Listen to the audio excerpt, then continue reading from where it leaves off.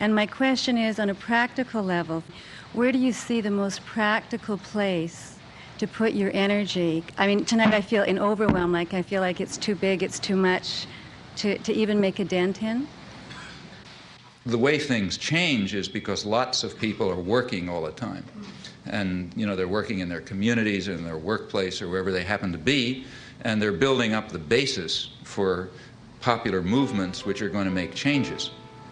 That's the way everything has ever happened in history, you know, whether it was the end of slavery or whether it was the democratic revolutions or anything you want, you name it, that's the way it worked.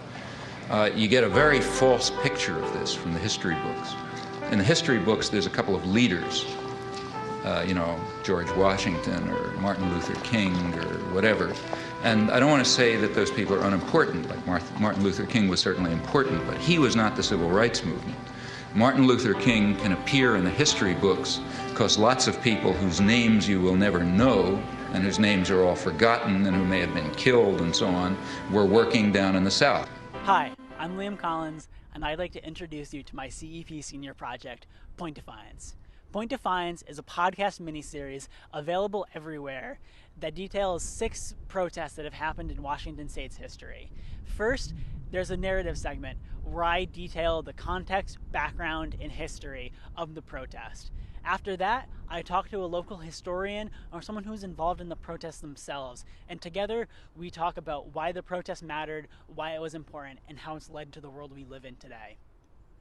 In this video, I will first be introducing the literature review, which details the academic basis for my research and what this project was founded on. After that, I'll go to the methodology, where I'll describe how I went about creating a podcast miniseries in the first place. And after that, I will give you a sneak preview of the first 2 episodes. I would also just like to say thank you to the words of Noam Chomsky, who described why protesting is more important than I ever could. Next up is the lit review. For my literature review, I took 3 main takeaways from my readings. I wanted to avoid dominant historical narratives, I wanted to decolonize through story, and I wanted to interview as both entertainment and information.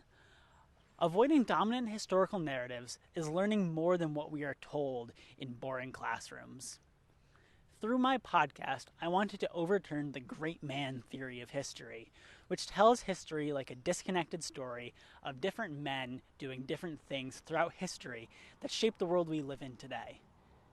Protesting in Washington is not that great man theory.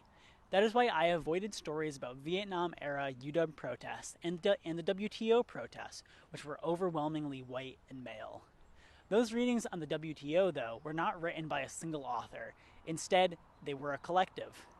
That is decolonization through story in practice.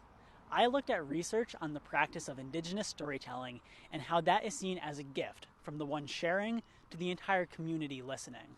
In history, everything is connected. Every struggle of every American protest is connected to the original struggle of the America's colonialism, capitalism, and the white supremacy it embodies. Indigenous storytelling is an act of grassroots resistance against that white supremacy and colonialism. But these are not my stories to tell. I am just an interviewer asking for the stories of others.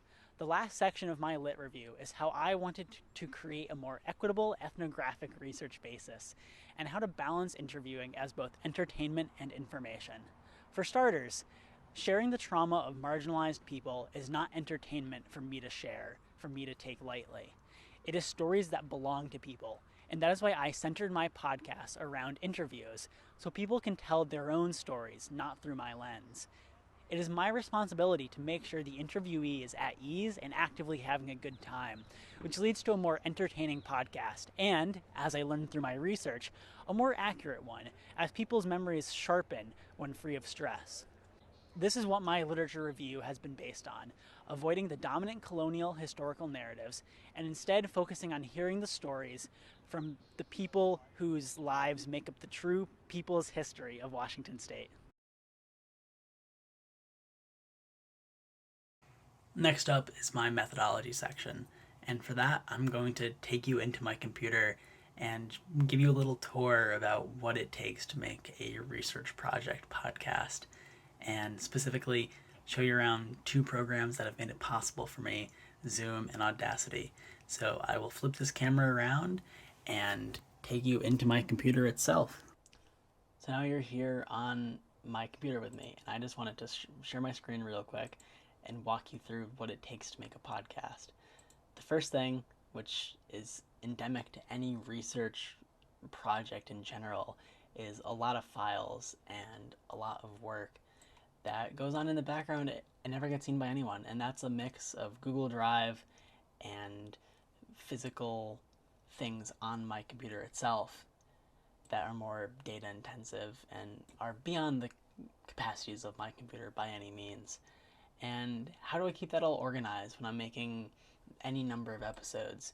You make a master plan and you check off what you've done and what you have left to do. And it's really convenient for organizing yourself and organizing what you're doing, but it also makes it incredibly hard to look at and hard to say, oh, I have so much work that needs to be done. And that's been a major problem with this project for me so far. It's incredibly hard to reach out to people and ask them for an interview on Zoom when it's so boring most of the time. And it's all we've been doing for God knows how long at this point. And that is the reason I'm behind on my podcast, because I haven't been able to reach out to people fast enough and get back on emails fast enough, because it's just hard to pull up that mental energy. But it's really exciting to do interviews, and it's really exciting to ask people about what they care about and things that are very personal to them and that they know a lot about and care a lot about. And that's where Audacity comes in. Audacity is a free program where you can record yourself and layer together audio tracks, and it honestly sucks. I've hated it.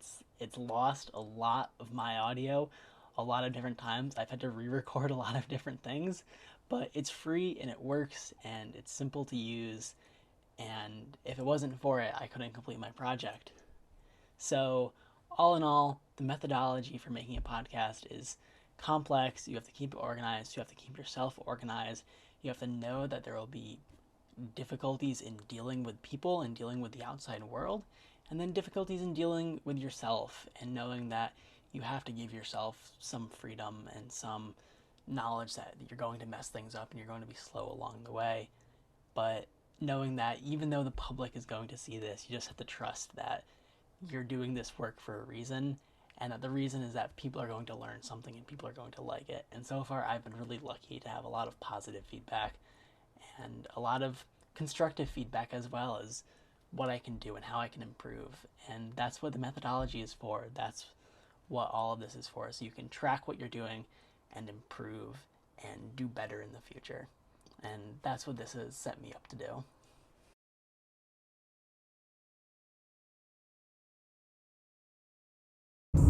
So the original plan for this video was to have me go on location to where the events of the podcast actually took place and report there in a way, tell the story of each episode, talk about who I interviewed, everything like that. And as we were doing them, I realized it wouldn't work for the video. Really, it was just a way for Megan and I to take a couple day trips in early spring in Washington and see the state, take a trip out to Yakima, take a trip up to Bellingham, down to Tacoma. And it was fun, it was a nice idea, but for the video it just would have been too repetitive, too much of the same thing over and over again.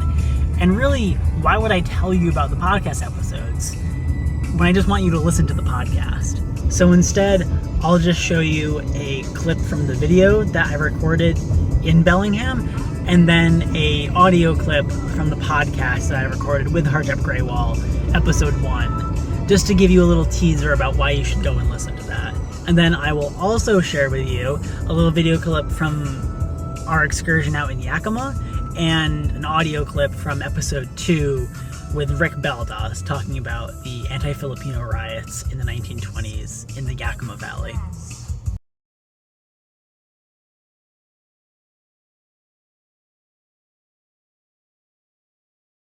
Episode 1 of my podcast took place here in Bellingham, Washington. In fact, right here in Bellingham, where in 1907, a group of white protesters ganged up and drove out the Asian American population here in Bellingham. They drove them out of city limits and they drove them into the surrounding cities, where in turn they were drove out from there. Many of them would never return. That legacy of hatred and that legacy of exclusion has been reflected in U.S. politics and in the culture of Bellingham ever since. And that's why I talked to Harjap Graywall, based in Vancouver, about his opinions on what happened here and how it still impacts the world we live in today.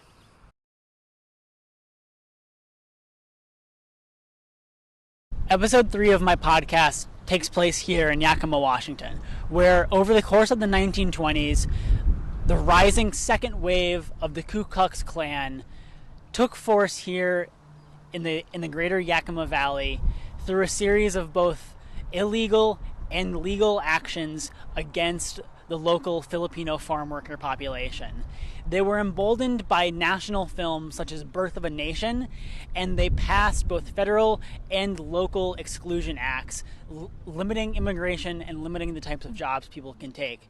Locally, and specifically illegally, the KKK was driven by fear of the Filipino population stealing white women, a common racist trope at the time. This fear-mongering led to midnight riots and raids on local Filipino populations, driving them out of the city, out of the greater Yakima Valley, and out of the region entirely. For this episode, I talked to Professor Rick Baldaws, who studies history at Oberlin University. He has written a book about the history of the Filipino population here in America and has a personal history as well, being of Filipino descent himself.